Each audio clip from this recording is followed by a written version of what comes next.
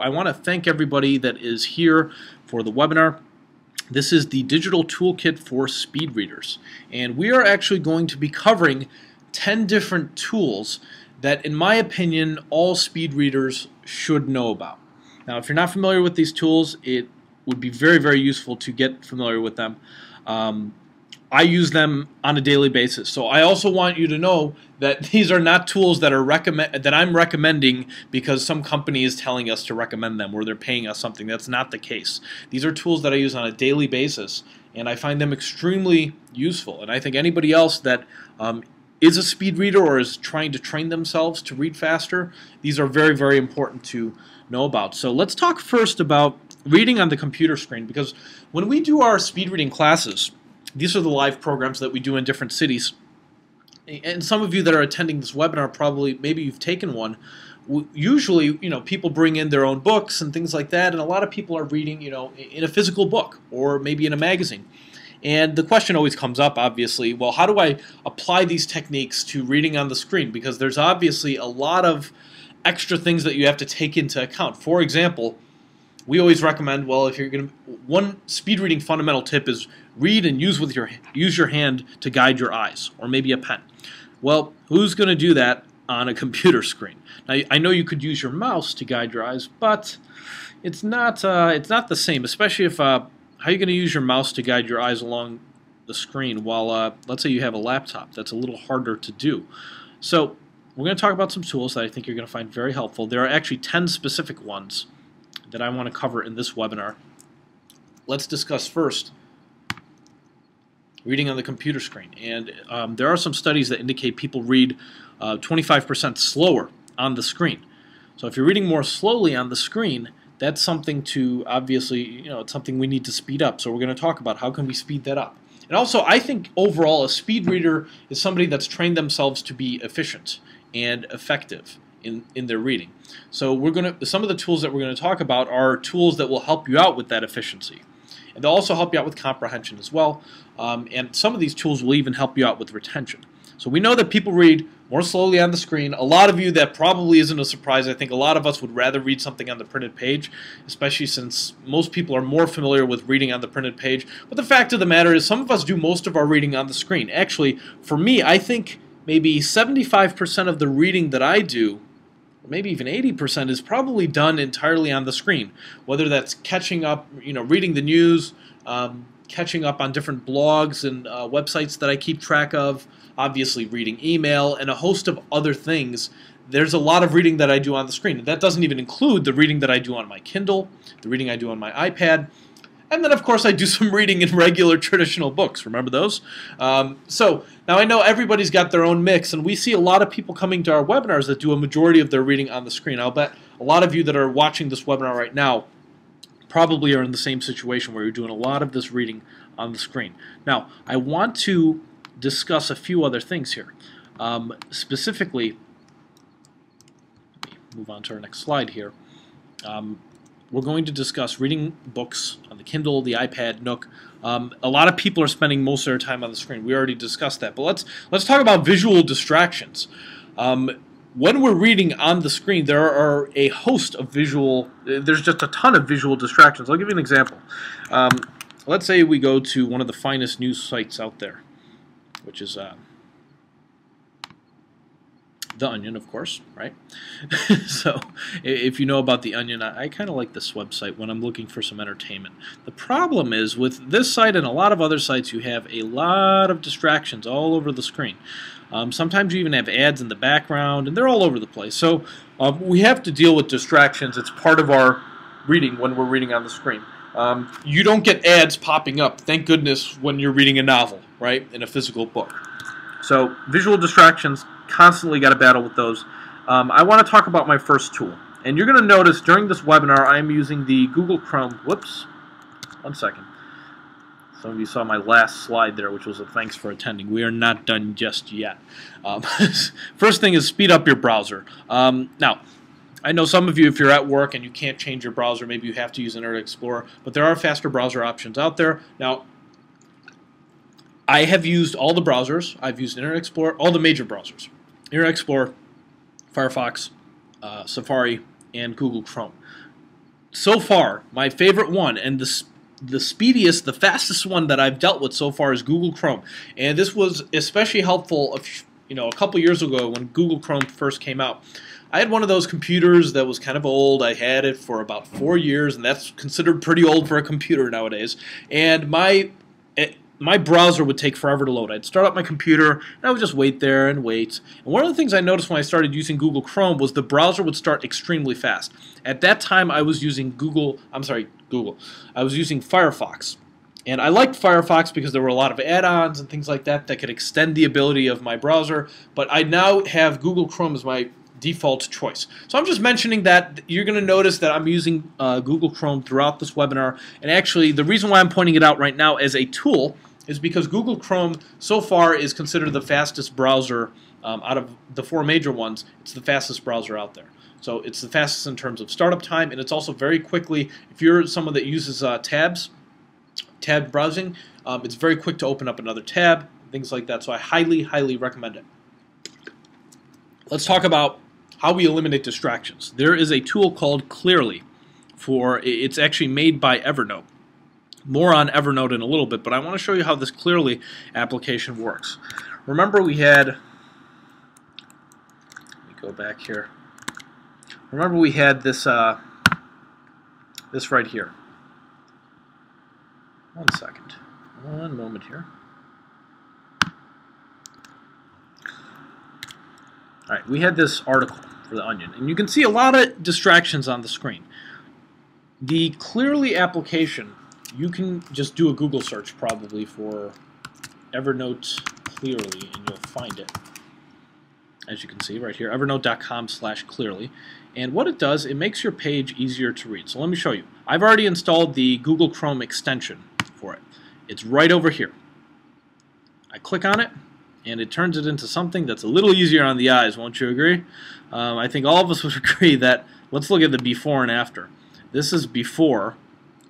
Here's the page. New Apple campaign urges consumers to buy iPhone for the other hand. Interesting. Well, do you want to deal with all these ads and read this article while getting distracted over on the right side? Or would you rather read something that looks a little cleaner like this? I think all of us like this a little better. And also there's the added benefit of there's a printer-friendly version always over here. I know sometimes when I'm using when I'm reading online, there's a lot of printer-friendly versions that are lying. I click printer-friendly, I print it out, and it prints an extra page with like a copyright on it or something. So this can be extremely frustrating. So I highly recommend this Evernote Clearly for basically eliminating the distractions. This is even more useful when you have longer articles that you have to read and you want to just focus on the reading. So obviously if you could focus better and eliminate those distractions, you're going to read faster. Let's talk about another application. This is Accelerator. This is actually an application that we developed. It utilizes a technology called RSVP, which stands for Rapid Serial Visual Presentation. RSVP is a method of displaying text on the screen. So let me show you exactly how this works, because that's probably the best way to see it. Let's go to another Onion article. So let's say we've got this article right here. Michael Phelps using Rosetta Stone to brush up on his English. Okay, well, again, we can see all the, look at all the, this is almost ridiculous in terms of how much distraction there is on this page. There's an ad over here, there's an ad over here, there's another one over here, and it's all the same ad. This is just ads on steroids here. I just want to read this article, and I want to read it fast. I don't want, so all you do to use the Accelerator application, you highlight the text, and then you copy it. And then maybe you open up another tab, or you just go to the website accelerator.com, and you simply paste the text that you copied in this text box. It's very easy to use this application.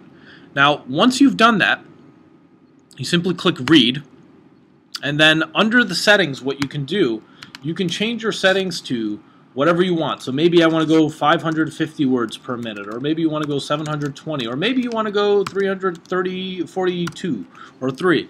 You can change how many. Let me zoom in so some of you can see this a little better. In the settings area, you can change how many words, this right here, chunk size, you can see how many words do I want to see at a time. So I'm going to put this at 2. And by the way, I'm going to show you guys, for those of you that are already familiar with this application, because I know some of you are, and you're using it maybe even on a daily basis, I want to show you how you can do some drills to improve your reading speed using this application. So I'll give you some sample drills as well. But for those of you that are not familiar with it, let's say we wanted to go 300 words per minute. Now the average reading speed is like 200, but let's say 300 for the sake of this example. And what you want to do, let's say you want to see 2 words at a time. We hit save. Let me zoom out. And I can, actually, you know what, because you're capable of reading 3 words at a time, let me just change it to 3 words at a time so you can see that a little easier. And let's see if you can read this. We're going to be going at 300 words per minute, and it's 3 words at a time. Now, we're not going to read the entire article, but just to give you a feel for it, here we go. You click play, and it starts.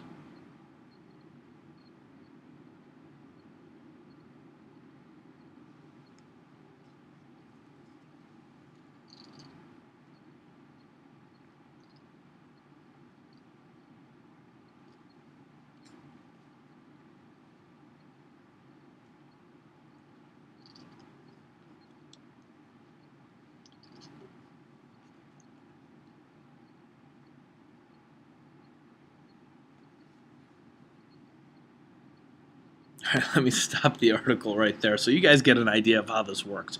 Now, if you're already using this application, you probably have some kind of a setting that you're working, that you're kind of comfortable with. So maybe you're comfortable at 400 words a minute, or maybe it's 500 or whatever. Here's how you get faster. You need to do something called a speed drill. A speed drill is a form of practice. If you're trying to train yourself to read faster, you want to do as many speed drills as possible. And what I usually recommend for people is you try doing this maybe 10-15 minutes a day for a couple weeks. That's a way to kind of optimize your reading speed. Now, let's say you're comfortable at 400 words a minute. What you need to do is try to at least double that. So for the speed drill, you would change this to 800 words a minute. Okay? Let's leave it at 3 for now. Now I'm going to hit save. And I also want you guys to know that because this is a webinar and it depends on the internet connection on my end and the internet connection on your end. The internet connection on my end is very fast right now. So you shouldn't have any kind of trouble. If you do, it could be on your end, but it could also be on my end. I want you to know when the words are blinking, you might have like a little time lapse. Just because it's an internet connection. When you're doing this on your own, this application works very smoothly. So it'll go exactly 800 words per minute if you set it up that way. But I'm going to hit play right now so you can kind of get an idea of what 800 words a minute is like on your screen. But this is, let's say you're reading 400 words a minute, you would set it at 800 words a minute as a way to practice, not as a way to really get some reading done, because this might be too fast for you. Now, here's what we do. We click play. And we just try to glance and catch as many words as we can. Here we go.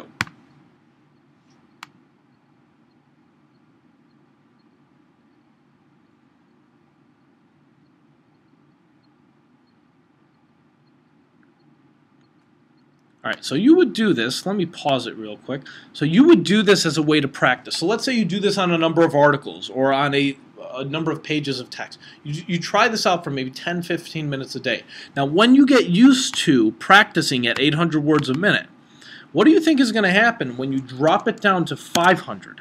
Remember earlier we said assume that you're reading already at 400. And then you practice at 800, and now you drop it down to 500, which is 100 words faster than you had previously. Now it's not going to feel as fast because you got used to seeing the words at that kind of a speed.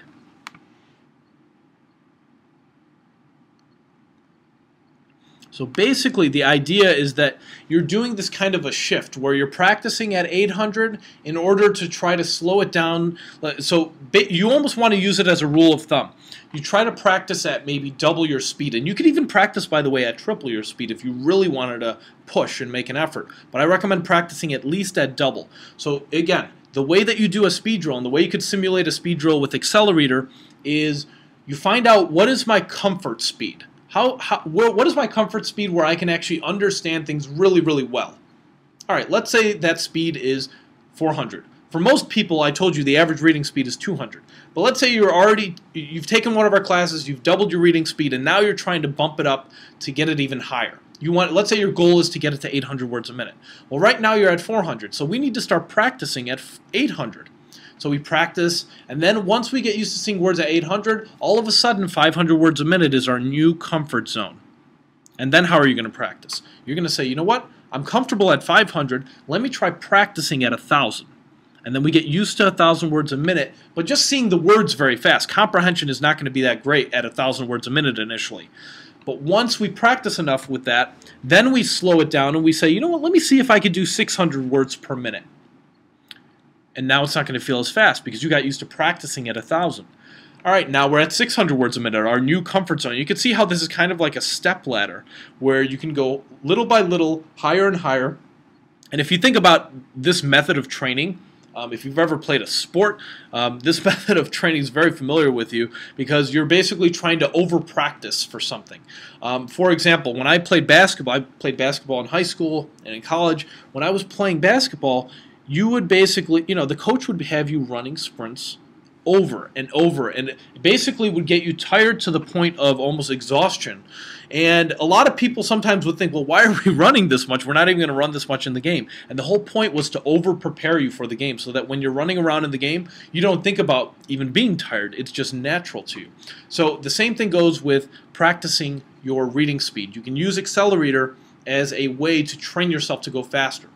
So try to do some drills using Accelerator. If you do a lot of reading on the screen, I would highly recommend using this. Actually, there's a faster way that you can access Accelerator. If you click on the bookmarklet right here,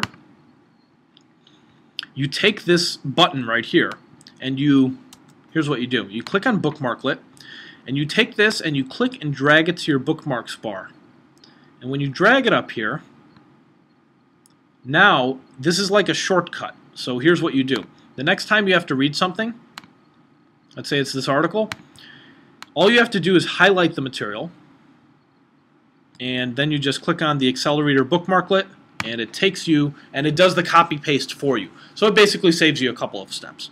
And then you just click read. It'll remember your settings from last time, and you can just hit play and go ahead and go with this. So check this out when you get a chance. Again, I know some of you are already familiar with this, which is why those of you that are familiar with this, I want you to really use this as a training tool. This webinar is part of our Speed Reading Mastery course. And what we're trying to do with this series of webinars is to kind of get people to optimize their reading speed. And you can use the Accelerator tool as a good way to optimize your reading speed. And I want you to know that a lot of speed reading software programs out there are using tools like this, maybe not Accelerator, but they have their own tool that uses the same kind of method of displaying text, which we talked about earlier, which was RSVP. Rapid Serial Visual Presentation is just blinking words on the screen.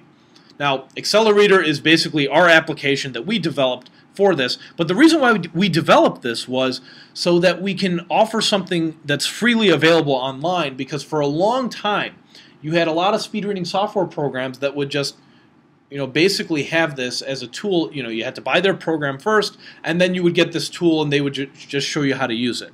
We're offering this for free at accelerator.com, so definitely make use of it. We're not planning to charge for it. Now, let's talk about another tool here, and this is Evernote. Some of you might be familiar with Evernote. Evernote is a great tool I think, for taking notes. Okay, so what I want to, actually, I'm just looking at some of the comments here. Usually I have Katya on the line, and she's taking a look at the questions, and we kind of try to, Katya is not able to join us for today, but I see a couple of comments here. Joshua mentioned AdBlock Plus works well for most parts too, so thanks for the recommendation, AdBlock Plus.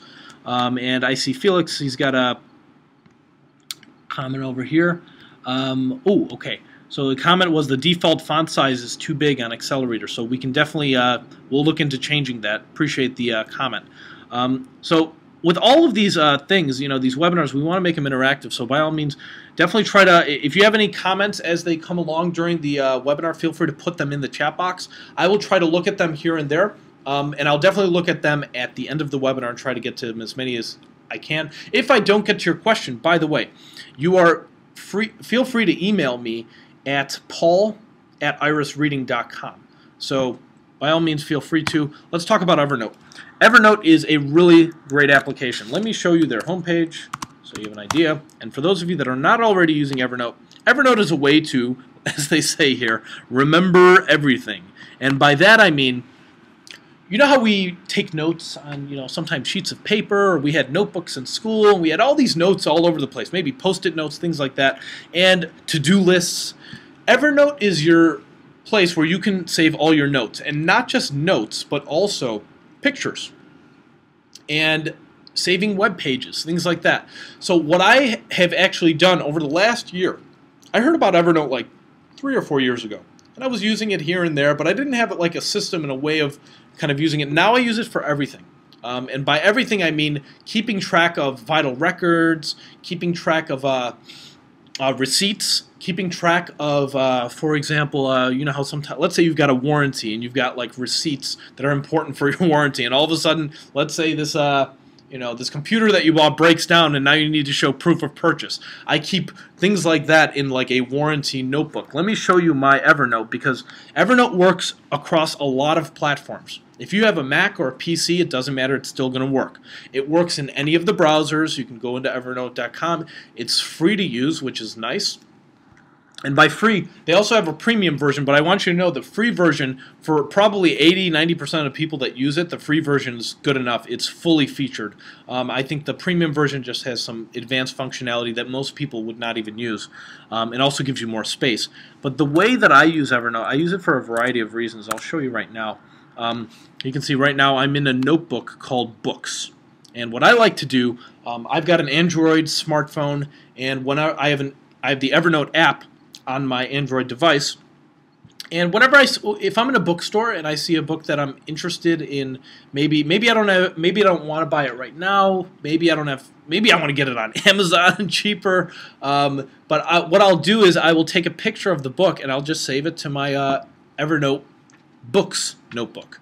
So you can see on the side here, these are all notebooks. Now, how does this help us as speed readers and things like that? A lot of times when I'm when I'm just browsing on the internet or I'm doing research, I'm trying to do my research as quickly as possible. So that involves trying to read as quickly as possible, and also sometimes we need to take notes. So what happens occasionally is I will use Evernote as my way to store information. So let's say I'm on this website right here, and I wanted to save this for later. You'll notice in my browser, right up here, I have a little Evernote app. This is actually an Evernote extension for the Google Chrome browser. And the way that you get these extensions, just do a Google search for Google Chrome extensions. You go to this Google. It's like a a Chrome web store, and in here you can search for something like Evernote. And when you go, you'll see they have an Evernote web clipper. I already have that added, and what it does is basically this. Let's say I want to save this article or this web page to my Evernote account. I can simply click up here, and it asks me which notebook do you want to add it to. I want to add it to my Inbox notebook. And for me, the Inbox notebook is kind of like my default notebook. And you see what it's doing here. It says, okay, do you want to save the article? And the article is basically highlighted in yellow. Or do you want to save the full page? So you can see it kind of knows that I don't want to save the, it kind of recognizes that this is an article. And I could even say, all right, well, you know what? I want you to just maybe I want them just to get a portion of this. So you can resize this if you wanted to. So let's say I wanted to save this article. I just hit save, and then it's going to clip this from the internet. It'll save it to my Evernote account. And you'll notice that it actually shows up in my Inbox notebook right over here. And I'll just sync it up, and it'll show up right there, which is pretty useful. So now I probably wouldn't save an article like this. I was just doing that as a demonstration, but you can see now it's saved over here, nice and easy. And what I usually do, I use my Inbox as like the default folder, and you can actually see on the left side I have some other folders, and I'm going to explain really quickly. This can actually be done as a webinar in itself. I use Evernote as my to-do, my task management system. So whatever is inside of the inbox usually goes into one of these folders over here. So Some of you will notice right up here I have this parent folder called GTD. GTD stands for Getting Things Done. If you read this book called it's called Getting Things Done by David Allen, it's considered a classic business book. And I actually try to use the principles from that business book. It's a book on productivity. And I like his productivity system. But his productivity, I think this book was written in the 90s, and it's very old school. It's very paper heavy, and I don't want to be walking around with file cabinets and, you know, a big briefcase. So I save everything in the cloud. I save everything to Evernote, and I use Evernote as my system to make sure that I can get things done. When I need to get things done, I can look at these folders. And anything in the inbox, if it's a quick thing that I can get done, let's say one of the tasks is call my mama. Maybe I got to call my mama. And if I got to call her, I'll just add that to one of these action folders. Now, if it takes less than 5 minutes, I'll put it in the action folder that says 5 minutes. Now, if I know I'm going to call my mom and she's just going to be talking and talking and she's going to take up more than, not that I don't like talking to my mom. If I know it's going to take 15 minutes, I'll drop it in here. Now, there's a projects folder, and a projects folder would be anything that takes more than one step. So, you know, calling somebody, that's just a one-step thing. But what if it was like create website? Well, that's something that involves multiple steps. You know, I could add checkboxes here. I could say I gotta buy the domain, I gotta set up hosting, I gotta create content. And within these things you have so this is like a project. If that was the case, I would take this note and I would drop it into my action projects notebook. So anyway, this is an idea of how I use Evernote. Now, for things like this, let's say this was an article that I just wanted to hold as reference. I would put something like this in a reference inbox, which is right over there. So that's kind of how I use Evernote from a task management perspective. Now, some of you might want to use this for articles that you want to read later on. That way you could save them. And Evernote gives you a ton of space, so you might want to have like a folder that's called, I don't know, Read Later or something like that. Now, I do have some other folders in here that I just want to go over briefly. In here, we have books. You already saw that. I have a business cards notebook, and there's other things like, you know, you might have ideas. So you might have I like to add ideas, you know, that I have for Iris in here. I like to add other ideas, things like that. So anything that you want to. I also have a vital records area, by the way. The vital records area is for me to basically include, maybe it's I don't know, a birth certificate, my social security card. These are things that I scan. I'll actually have a notebook in my Evernote that's called Vital Records. That way, you know, what if I lost my wallet and I needed copies of something? I don't know. So it's a good idea. Maybe you have a business and you've got licenses that you need to keep track of. So anyway, Evernote is your one place where you could really hold on to everything. And the other thing I like about Evernote is they have this optical character recognition system. And here's what they call it: OCR technology. That basically allows you can write something down, kind of like you see in this note right here. You could put things to do in Kyoto. Okay. And what will happen is Evernote will recognize text that you write. So OCR is optical character recognition. So they will actually recognize that you wrote in your own handwriting, KYOTO, and later on you could actually do a search. And if you took a picture of this little piece of paper that you wrote things on, it will actually find that piece of paper and it will locate the word even though you wrote it down and didn't type it. So it's very, very useful. It helps you, as it says here, find things fast. You can access it anywhere. I like the fact that I could access it on another computer if I need to by just signing in. And I could also access it when I'm not online. You know, sometimes you don't always have an internet connection. And I could just use the Evernote desktop application, which works on a Mac and a PC. And I could just, you know, launch the application and it saves all my notes anyway, offline. So keep Evernote in mind. Let's talk about another application here as we're going along. And while we're going along, let me just kind of take a moment here. Felix has a question about how's the search functionality? Will it search everything inside? Yes, to search within Evernote, let me just show you. You would basically do a search for, let me go back to my application. If you wanted to search all your notebooks, you would click on all notebooks up here, and then you would search for something. So let's say I'm looking for that article on, I don't know, let's say I'm over here, and I'm looking for that article on Michael Phelps, and I would just type Phelps.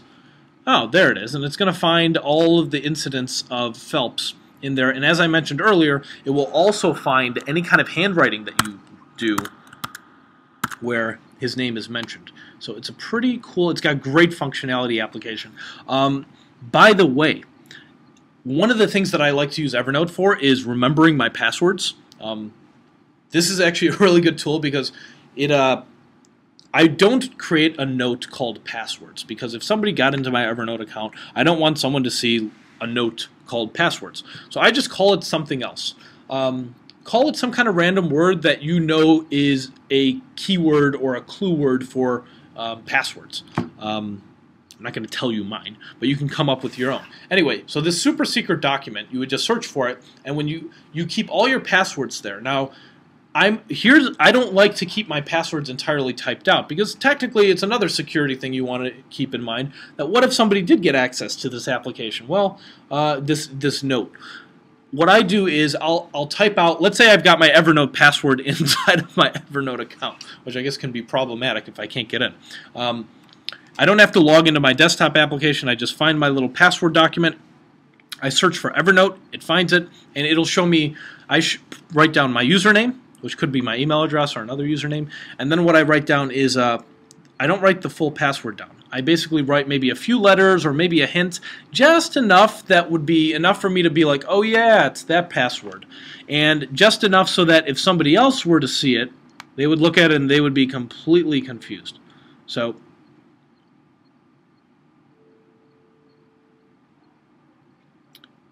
alrighty here. So that is how I use the application for keeping track of passwords. I want to talk about, we're at number 4. Let's talk about number 5 here. This is another tool for, and again, this is our Speed Readers Toolkit. This is called, this website, I just call it Read Fast, but it's readfa.st. So let me go ahead and go to this website so you can see what it is exactly. Readfa.st, and let me log out. When you go to the site, what it does, first of all, it allows you to check your speed real quickly. So I'm going to actually sign up. Let me show you how this works. And I'm just going to create some kind of super secret password here. Okay, so it just signed me up. And I think it sends me like a confirmation link, so I'll just go and check my email right now for that confirmation link. There it is right there. And I can click this confirmation link, and it'll say, okay, what is your reading speed? Let's find out. So this is kind of a cool application. Let me show you why. You can test out your speed and actually use this also to train yourself to read faster. So I click find your reading speed. Okay, how fast is too fast? So you have to read this. Notice over here, the speed is climbing as you're going along. 175, 190. It's going up past 200. Now, you're trying to read the text that's right here. Now, the goal is they're going to keep raising the speed, and the moment that it gets too fast for you to understand, you have to click the button down here that this is too fast. So you keep trying to keep up, and as it's going along, the moment that you have trouble with your comprehension, you just click, and it'll stop you. So let's say at this point it gets too fast for you, and you're like, okay, I got to stop it. And it'll tell you your reading speed is 440 words a minute. Now, we stopped it when it was at 550, but what it did was it did an average, because we started off slower, I think at 100 words a minute, and then we got up to 550. It averaged it out to 440. Now, from here, you can basically take a quiz. They can show you some more content, and this is a good way to kind of, it's a very social application, so I highly recommend this.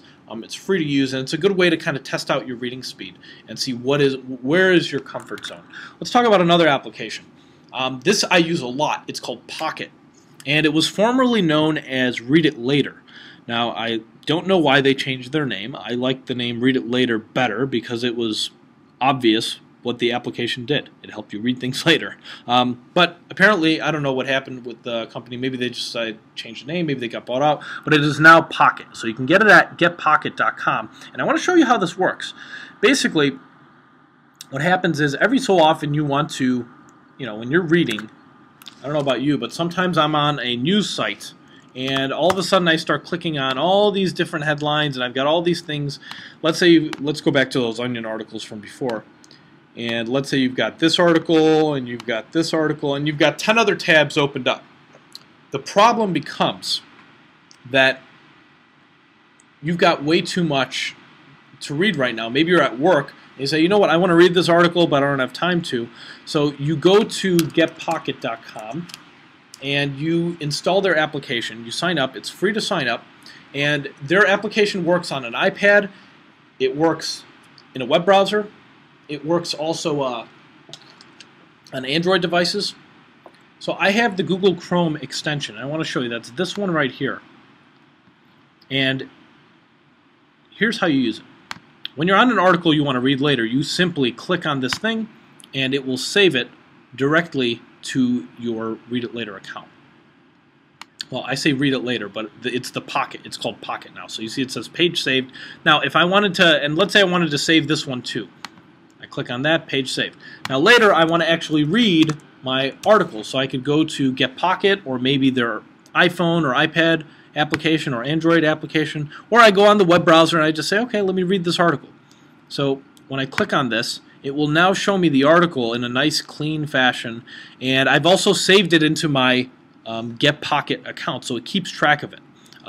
When I'm done reading it, I can click this check mark and that'll archive it, or I could click the X, that'll delete it, or I could start to favorite it. I'm going to click archive here. And same thing with this one. If I want, or I could just look at this and say, nah, I don't want to read this anymore, let me archive it. Or delete, or however you want to do this. And it's a really cool application to kind of keep track of, okay, what are the articles that I've been wanting to read, and let me go ahead and read them. So this is a really, really cool application. I think you'll find it very useful as a way to kind of set aside your reading. Another way to set aside your reading might be to, as I mentioned earlier, in Evernote, you can kind of save something to read later into Evernote. But I prefer to use Pocket because it's a very clean, nice interface. Let's talk about another application here. Question from Joshua. Does Get Pocket automatically make the text in a more easily read format, or is there another factor? What they do is they automatically put it into an easy-to-read format. And earlier we had a question from Felix asking about can you password protect a notebook? I believe you can. I don't have any password protected, but I'm pretty sure you can. And also in Evernote, you can also share notes. So just wanted to give you guys a heads up about that. So again, I'll try to respond to your chat messages as we go along here. Let's talk about our next tool, tool number 7, MindMeister. This application, I love doing mind maps, and if you've been to one of my classes, I'm sure you've heard me talk about them. Mind mapping is a great way to brainstorm. It's a great way to take notes. If I was back in college, I would have a mind map for every single one of my chapters. Now, this is mindmeister.com, and it allows you to create mind maps very, very easily. So if you wanted to create a new mind map, and you could organize them online too, you click New Mind Map, and let's say there's all these different like templates here. You see there's a blank template, there's a brainstorming template, a project plan, a to-do list template. Some people use mind maps as their task management application. I told you earlier that I use Evernote for that, but some people use mind maps. You could have it as a meeting, SWOT analysis. Let's just click on blank. And let's say the topic, I don't know, let's say we had some kind of main idea in the middle, and then we could add a little plus to add a concept, and we can add, okay, this is one concept. If we have some details for that, we can add details like this. And you can see how you can easily create these mind maps. And it also allows you to move things around very easily. So let's say you added a detail over here, but that detail should go over here. You can just drag it over, and it'll go under there. Or maybe it goes here. Or maybe this, you want it to be over here. And you know, you can rearrange these things. If you wanted to add some notes to this topic, we can add some notes over here. So you can see there's a lot of things you can do with this. You can also add links. So let's say you wanted this concept to link somewhere. You could click here and you just put in the link right there. Or maybe you want to attach a file there. You could add maybe a PDF. Or, as I mentioned earlier about tasks, some people will put a task. What's the priority level, completion, due date, all of these things. We use mind mapping internally at IRIS for brainstorming. We use it for marketing plans. We use it for a lot of things. And you could really create some extravagant mind maps with this. To give you an idea, let me just show you an old mind map I did a number of years ago. When I was working in the financial services industry, I was working in the marketing department for a trading company, and they wanted to have a trader's catalog on their website. So I had this mind mapping application, and I was basically creating it like this. So I was like, all right, well, there's the beginner books, there's books on commodities, market psychology, money management, there's the classics, there's trading strategy books, books on options, books on technical analysis, and then in these areas right here, I had all the books. And, you know, by the way, we could zoom in on this if we wanted to. Or let's say we don't want to see all this detail. What I could do is I could just click on these minus signs. You see how the details go away? I just click on the minus signs, and then it's easier maybe for me to look at all these big concepts. And then when I want to get into the details, I'll say, okay, show me all the details for technical analysis. Boom. Beginner books. Boom.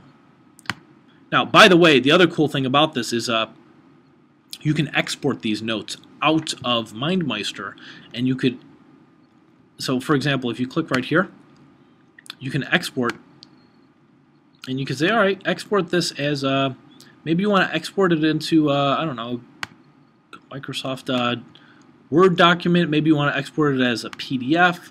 Maybe you want to export it as an image or a PowerPoint. What I did was, with this application, I had to deliver this to my supervisor, and I would export this as an RTF document, and then I would just save that. Let's say I save that to my desktop. And then I would open it, and you can open this very easily in something like Microsoft Word. And I didn't want to give a mind map to my boss because I thought she would think I'm a little weird or something, because she asked me for it in just, you know, send it to me as a Word document. Well, I ended up sending her this right here, which was my Word document. Should show up momentarily. There it is. So you see what it did. It took this mind map, this right here, and it exported it as a traditional outline, which is very useful. Well, useful for her. Not useful for me. For me, this is too linear. I would have trouble creating this just one by one. For me, doing the mind map was a lot easier. So the reason why we talk about mind mapping so much is note-taking does help you remember. And creative note-taking like mind mapping helps you remember even more because it's very non-linear. So you can use this for a variety of ways, and that's why I like to discuss it in this webinar. That is our tool number 7. So definitely check out MindMeister when you guys get a chance. Let's talk about our next tool, tool number 8. Now, this is Zeit. Now, I don't have, because I'm doing a screen share on the computer, I don't have my iPad where I could screen share this, but this is an application I use on my iPad. I've looked at a number of different iPad apps, and there are a bunch of them, as you know, out there, and not just iPad, but also iPhone apps. But I wanted to see what are the reading apps that are available. And by reading apps, I mean apps that allow me to read, you know, news and websites and blogs that I'm very interested in. So Zeit is, so far, my favorite one. And there's a lot of good ones out there. Flipboard is great. There's another one called Pulse. I'm sure some of you that are watching right now, you might have your own suggestions. But right now, Zeit is my favorite one.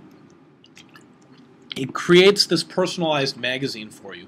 And it looks something like this over here. What you do is you can either pick some sections. When you first start the application, it allows you to pick some sections that you want for your magazine. And there's a whole bunch of sections. This is only showing a few, but there's like page after page. And you could say maybe you're interested in politics, or maybe you're interested in technology, or maybe you're interested in health or science. And you can pick out these things, and what they'll do is they'll scour the web for the articles that are like most popular every single day. So it won't just give you information from one website. That's one of the problems. If you check your news on a certain website every single day, you're just getting news from that place. And obviously we know there's just an explosion of information all over the place, and we want to kind of filter out what is the best of the web right now. What's the most interesting article maybe in psychology or science or astronomy or whatever it is, maybe it's technology, for the day. Zeit does a really good job of serving that up for you. One of the things that I like is this actually works with multiple applications. So I'll be showing you an application called Google Reader in a moment. This plugs into your Google Reader, and you can sign in with your Google Reader, and it will extract all of your RSS feeds into the application and create this personalized magazine for you. So you can see over here on the side here, it shows you all the sections. And it's a really, really nice, clean application. And by the way, remember I showed you the Pocket application, and I showed you Evernote. This actually works with Pocket and Evernote. So let's say there's an article that you read, and you're like, hey, I got to save this to my Evernote account. I want to look back at this later on because it applies to work, or I just want to save it. You can save it to Pocket, or you could save it to Evernote because it's built into the application. So I like that a lot that they do that. Now, let's talk about another application that is called Stay Focused, and it is intentionally spelled wrong because that's how the application is spelled for some reason. I want to show you this application because we know that with speed reading, one of the things that you have to train yourself to do is to become very, very focused. And concentration is extremely important. If you're not focused, it doesn't even matter how fast you're reading. You're not going to understand anything. Actually, it wouldn't even matter how slow you were reading either, because if you're not focused on the material, it's going to be, you're not going to get anything.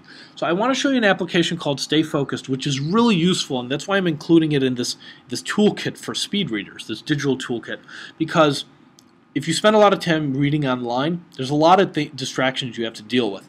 And I've always struggled with distractions, so I want to show you how this application works. It's actually right up here on the top right hand corner. You'll see block or allow this site. Well, here's how the application works. First, let me show you how I added this application. For those, I'm going to remove it for a moment. And to get this application, you have to go to the Chrome Web Store. So if you have Google Chrome, you get to this Chrome Web Store, which is at chrome.google.com, or just do a Google search for Google Chrome Web Store, and you search for Stay Focused. And this is simply an extension for your Google Chrome browser. You click Add to Chrome, it's going to add it, and notice it adds it right up here in a moment. There it is. And we want to start off by right-clicking on it and clicking Options. And we want to add some options. So by default, it says 10 minutes. Set the maximum amount of time allowed per day. Well, for what? This is for the websites that you're going to be adding to your blocked sites list. What are the blocked sites? Well, you can add them over here. So think about, here's how I want you to think about it. What are the websites that you end up spending a lot of time on that you don't even realize it? For example, there's this there's this problem that a lot of people run into, and I call it mindless web browsing. Or sometimes people are just mindlessly checking Facebook. It's very easy, and I've done this in the past too, so I'm admitting to it, where I get caught up on Facebook and I'm just checking it, or I get caught up on a news site like Drudge Report and I'm just looking at the news, and if you wanted to, you could read the news all day. There's so much news out there, but there's a certain point where it is no longer helpful, right? So what I do is I'll add sites to my blocked sites list, and here's how I do it. Just in this text box, I'll put something like, let's say Facebook. And then on another line, let's say I want to add Drudge Report, because I notice sometimes I spend way too much time on Drudge Report checking the news. So I add these blocked sites, and I want you to see what this does.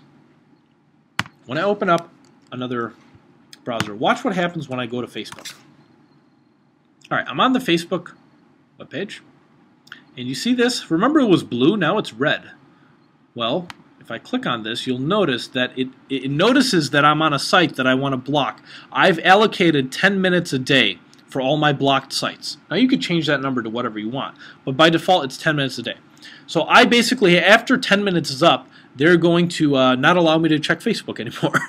You'll notice now, if I go to another site, if I close that out and I just go to another site, you'll notice it turns blue again. But watch what happens when I go to one of my blocked sites. Let's say Drudge Report. I go there, and all of a sudden it's red again. So you can see that this turned red, and now the countdown is still continuing on. And let me show you exactly. Let's say it got close to the end, and let's say we set this to 1 minute. Actually, let's say we wanted more than 10 minutes. Let's say the timer already started, and we realized, you know what, I really need another like 20 minutes on Facebook, and I wanted to add this to a higher number. If I click set, you'll see that they say, you're trying to give yourself more time? You sure that's a good idea? Maybe you should reconsider. Are you sure you want to increase the maximum time allowed? And let's say I say okay. Well, they'll kind of badger me about this, and they'll say, seriously, dude, the whole point of this extension is to stop you from procrastinating. You're only hurting yourself, and the kitten gets an electric shock every time you click OK. Are you sure you can live with yourself? I click OK, and then it says, meow, I hope you're happy, and then I click OK, and then it says your settings have been updated. Now, you can see how it's kind of a funny way of how it reminds you. But let's say I want to change this to a minute. I want to show you what happens when I run out of time. If I click 1 minute, it'll say, okay, you're giving yourself less time. Slow clap. Well played, my friend. Your settings have been updated. Nice. Now let me go back to my Facebook. Well, you'll see that red eyeball is showing up, and now it looks like I'm down to about almost 10 seconds left that I could be on Facebook or on Drudge Report, and now it's going to start blocking it after the time is up. And you're going to see that I'm no longer going to be able to be on the site anymore. And the reason why I'm doing this is to help myself focus. Watch what happens. Now, that's a nice reminder to get, right? Shouldn't you be working? Now, to me, it's very easy sometimes, to forget. You get caught up in reading the news, or you get caught up in, catching up with your friends on Facebook, and then you spend too much time there. So I actually try to use this application as a way to improve my productivity and not waste unnecessary time on sites that I shouldn't be on for more than 10 or 15 or 20. You set it up to however you want to set it up. So I do like Stay Focused. It's like it's like parental controls for grown-ups, right? And it's a very useful application. Now let's talk about our next one. We got a comment here, Felix. My teenage daughter will kill me if I restrict her Facebook browsing. And I think some people will have trouble surviving themselves if they restrict their own Facebook browsing. There is a certain point where you're trying to get things done, and you just got to be like, you know what? I have to do these little tricks, add these little tricks to keep myself productive. And this is what I try to do. I've always found myself very easily distracted, so I try to find little things like this that can kind of keep me focused. Let's talk about tool number 10, Google Reader. If you go to google.com/reader, this is where you can find this application. Now, a lot of people have a Gmail account, but they don't check their Google Reader, and they don't know what Google Reader is. Google Reader, I saved the best one for last. This is in my opinion, the best application for as far as your digital toolkit for speed readers goes. And it's because it allows you to keep track of a lot of information. So let me show you what Google Reader allows you to do. I'm going to go to google.com/reader. And actually, let me make sure I'm logged out of my Gmail account so I can show you what it looks like to begin with. Log out of here. So when you go to google.com/reader, you'll just see, the headline here says, having trouble keeping up with the sites you visit. Well, Google Reader allows you to keep up. Let me show you my Google Reader account really quickly to give you an idea of how much information you can keep track of. When I go into my Google Reader account, it shows me all the articles that I want to keep track of.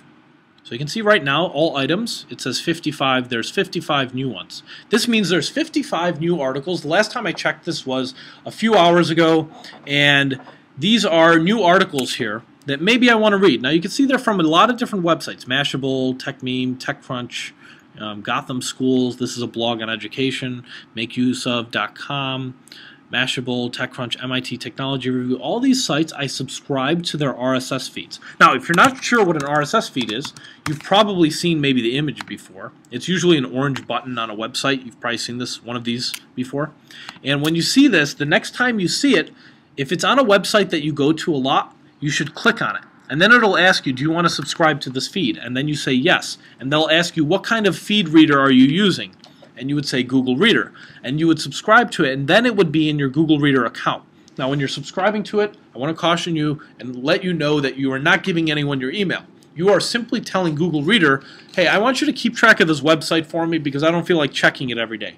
Now, why is this useful to you? It's because you might have multiple websites that you want to keep track of with a variety of interests. So, for example, if you look at my Google Reader, I actually have one particular area right here called Education.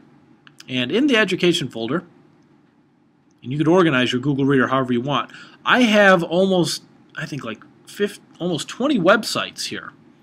The New York Times education section, the LA Times education section, NPR education, education site, all these different blogs, and it allows me to keep track of a bunch of topics in education. So when I want to read something on education, I simply click on my education folder, and you'll see it all shows up here. So you can see I have 3 new articles that I haven't read yet. Now, I'm not obviously reading all of these articles. All of us, the way we read news is usually we look at the headline, and if it's interesting enough, then we'll read it. And if I want to read it, I click it, and sometimes it'll show up in the Google Reader. Other times it just shows a paragraph. It depends on how the site is set up. So some of them will show up the entire article, and even videos will show up here. And this can be very useful to get your reading done here. Now let's say I don't have time to read this. I can still click on this, and then I could say, okay, add to Pocket. Now we're using multiple applications that we covered today. We're using Google Reader, and we're saving something to Pocket, and this is a good way to keep track of a lot of information. So I have this set up where I keep track of education news. I have another area for technology news where I keep track of a number of different websites that are technology related. You can set this up however you want. And by the way, here's how you subscribe to an RSS feed. Let me, I guess, show you. Let's say we were on, I don't know, let's say you wanted to keep track of Google's official blog. You click there, and you get on here, and let's say you like checking out these different things. By the way, I do want to show you this cool video. You can now handwrite a new way to search on Google. Check this video out. It's actually pretty cool. Look what they search for first. How cool is that? Speed reading. I thought that was pretty cool.